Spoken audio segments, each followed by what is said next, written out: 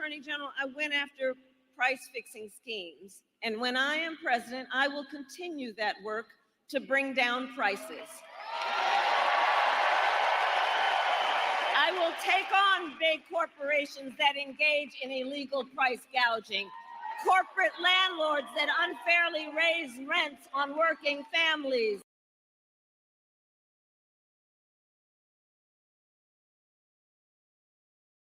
Kamala Harris is selling you a dream, but it's a nightmare so bad you think Wes Craven was writing her policies.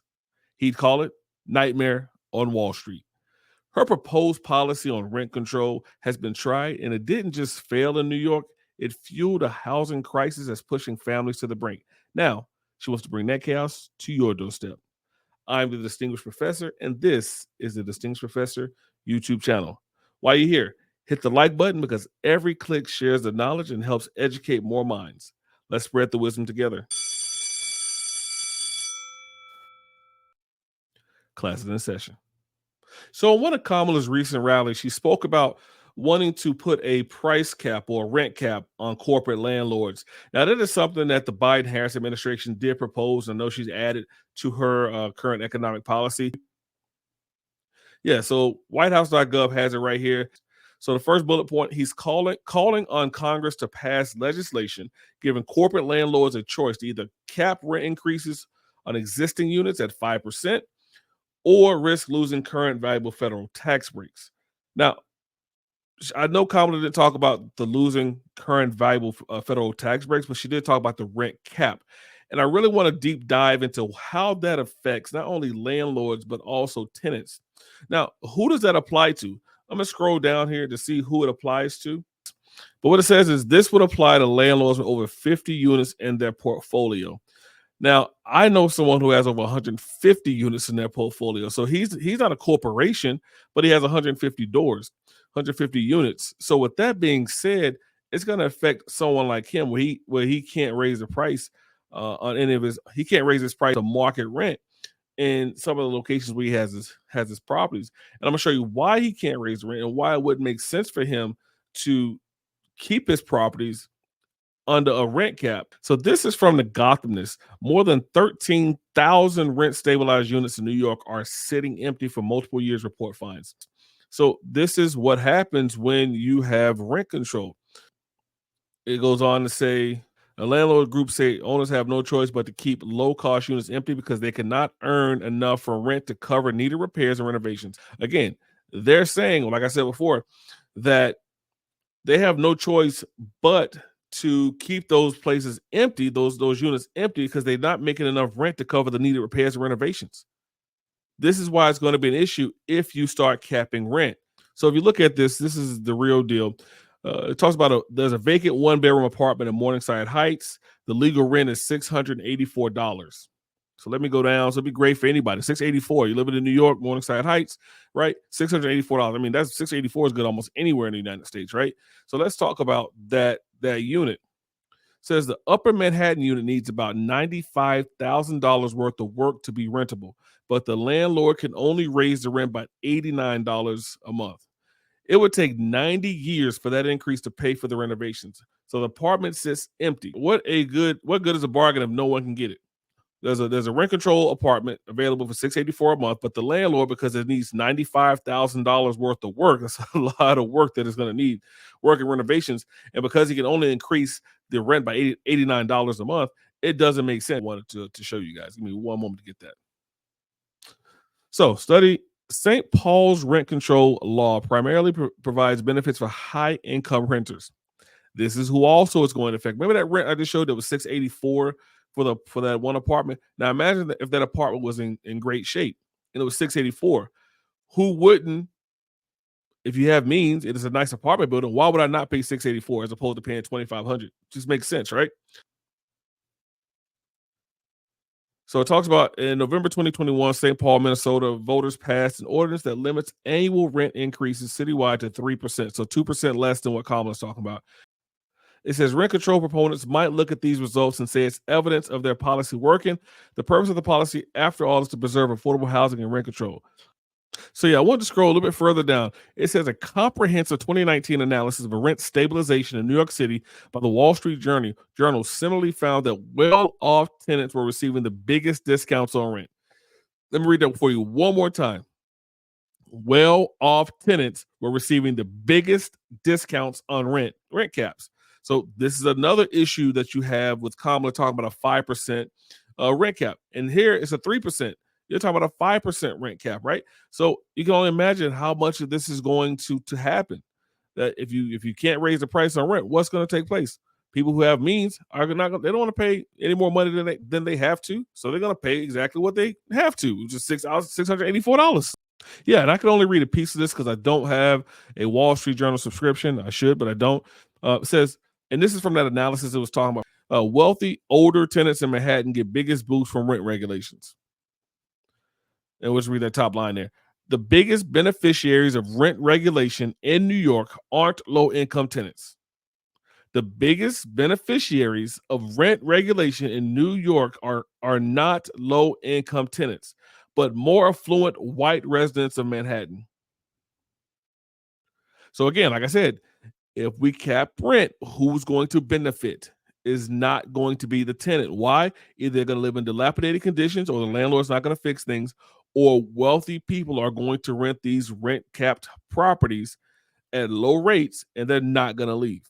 Again, the biggest beneficiaries are white residents of Manhattan.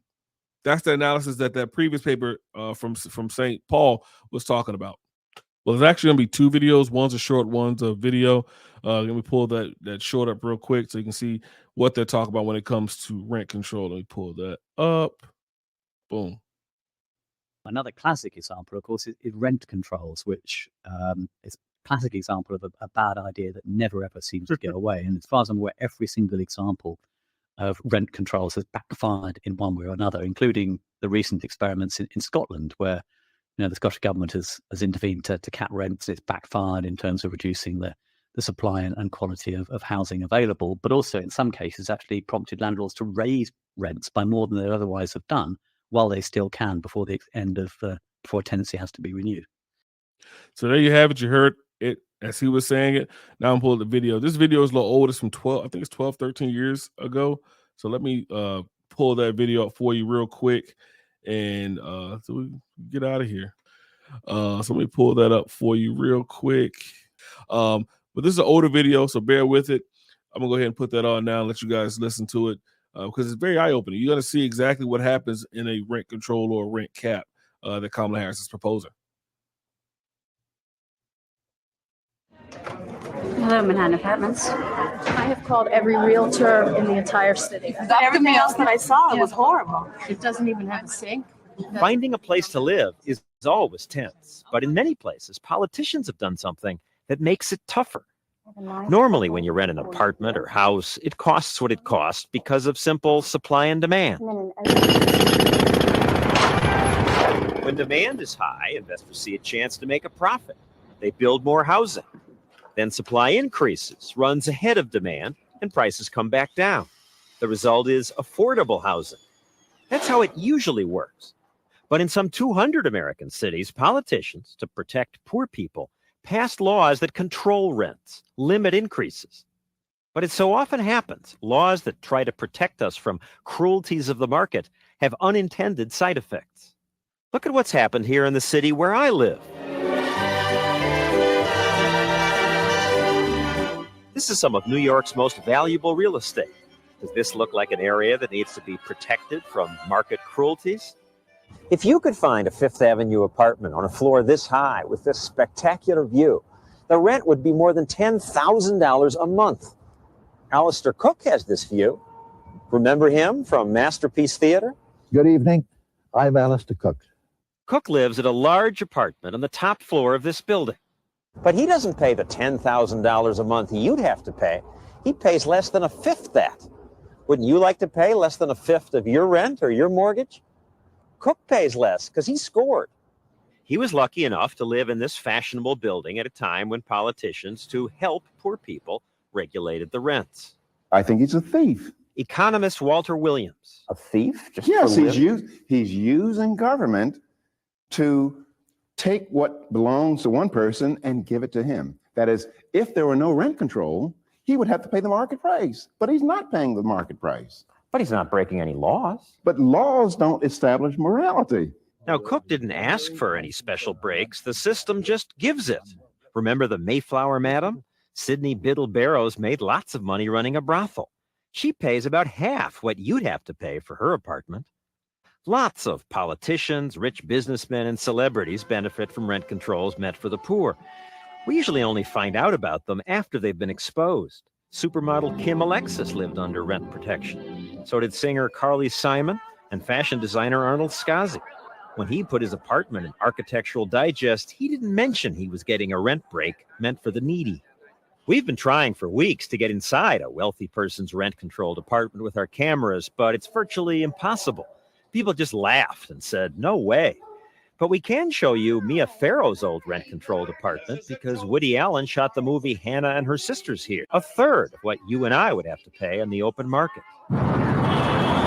It's bad enough that controls let rich insiders get special deals, but the bigger unintended consequence of the laws is that houses and apartments left on the free market cost more. Newcomers pay inflated rents because cities with rent control tend to have less housing. Where there's rent control, landlords don't want to build. In unregulated cities like Dallas and Chicago, lots of apartments are available. But in rent-controlled cities like New York, you may have to bribe someone to get an apartment. You can pay brokers under the table sometimes, which helps. But we would never do that. I would never do that. Finally, the most destructive unintended consequence of rent controls is that some landlords say, if I can't raise the rent, I won't make repairs. And they don't. Short of aerial bombardment, the best way to destroy a city is through rent controls. Rent control is a big reason many landlords abandon their buildings, just walk away from their investment. You see acres of it here. You hear what he said? The best way to destroy housing is through rent controls. That is the best way to destroy housing. So this is what Kamala Harris wants to do. She wants to destroy housing by rent controls. So there's that. Here in New York. All this has led some opinion makers to have doubts and led some politicians to question the wisdom of what they had done. 2 years ago, Massachusetts decided to end rent control. People are building housing now in Boston for the first time in 20 years. Author William Tucker, who wrote this book about housing policy, says it turned out that only 6% of the people getting rent protection in Massachusetts were poor. Those people are now getting subsidies. It would be a very easy thing to subsidize all the people in any city that need a little help in paying their rent. But instead, you impose this blanket system that ruins the housing market, benefits all kinds of people who don't need it, and then you say, oh, we've got a housing crisis. And that's what we have in New York City and other places where rents are still protected. While the privileged, the insiders, those who know how to work the system, get to freeload. And that's how it usually works. All right, so that was that video. I hope that was a little bit more eye-opening as to what was going on. I hope it explained a little bit better and a little bit more as to what would take place under a rent cap. I did lie. I did have one more video to show you guys. So let me play that one real quick, and then we'll definitely get about it after that.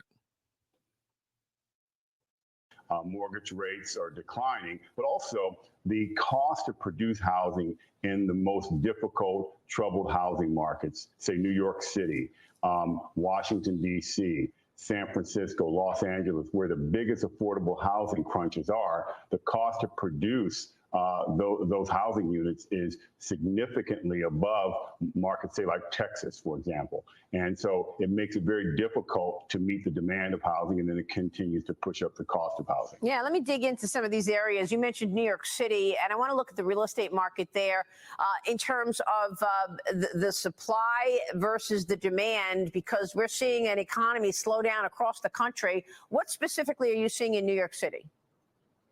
Well, one of the things that's happened in New York City is because of the inability of the state legislature and the governor to really come up with a meaningful tax incentive plan to do mixed income housing. You see occupancy rates at record highs and vacancies at record lows because there's not much new supply coming online. And that is running rents up to the highest levels ever in New York City. And so that makes housing much less affordable. And at the So you heard that. Occupancy is high, vacancy is low. Occupancy is high. Vacancy is low. So what has he said? What that does when there's supply and demand, when there's less supply than there's demand, the price is going to rise. So in New York City, they're not building new because it costs more to build new. And if you build new apartments, you may not get the money you need to get. So it's a little different there, but in Kamala's situation, where she wants to build all these houses, that's great. She builds all these houses, but then they're not. We can't buy them, so corporation buys them.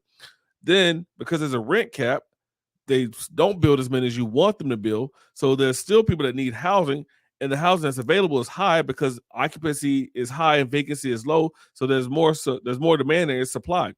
This is why the policies she's proposing are absolutely trash. They're basura. But let me let this man continue.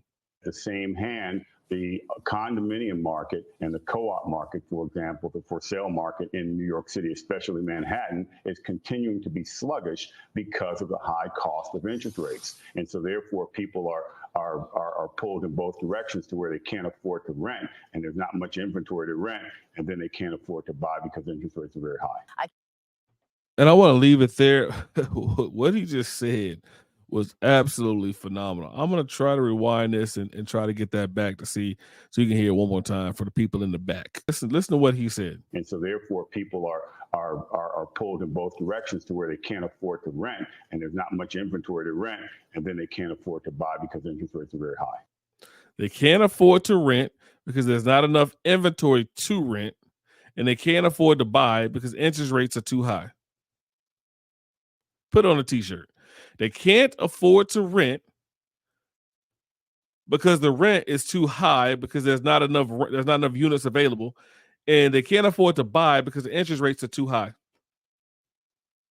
This is Bidenomics for you. This is what happens if you do a 5% rent cap. This is sad, man. The Biden-Harris administration has almost destroyed America. And if you put Kamala in office, it's going to completely destroy it. When landlords can't raise the rents to keep up with the maintenance costs, they'll stop building apartments altogether. They'll shift to selling condos instead. This means fewer rental units on the market. Like they were saying, there's more occupancy. There's more occupancy than vacancy. So if they shift to building condos, what's going to happen is it's going to be fewer rental units on the market. That's going to drive up home prices. It's going to make it even harder for families to find affordable housing, even with that $25,000 down payment assistance bump she's talking about. So it's going to raise the cost of houses even more.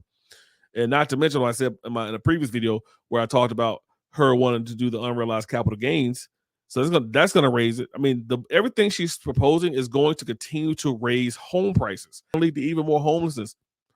I mean, she came from California. She knows about homelessness. There's a lot going on out there.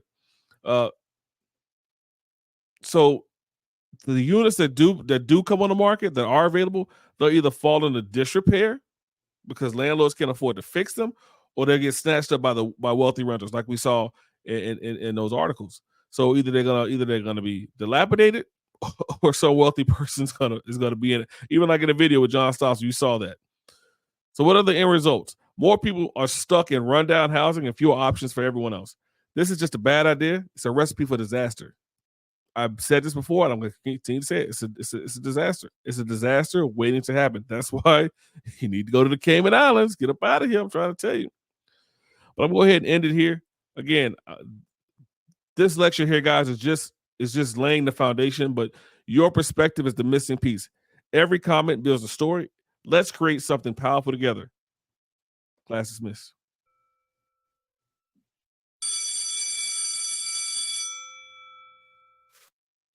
Hey there, it's the Distinguished Professor. Click here to subscribe to the Distinguished Professor YouTube channel for hard-hitting panel discussion, the hottest reaction videos, and compelling analysis of current events you cannot find anywhere else. Remember, class is always in session. Stay sharp, stay informed, stay distinguished.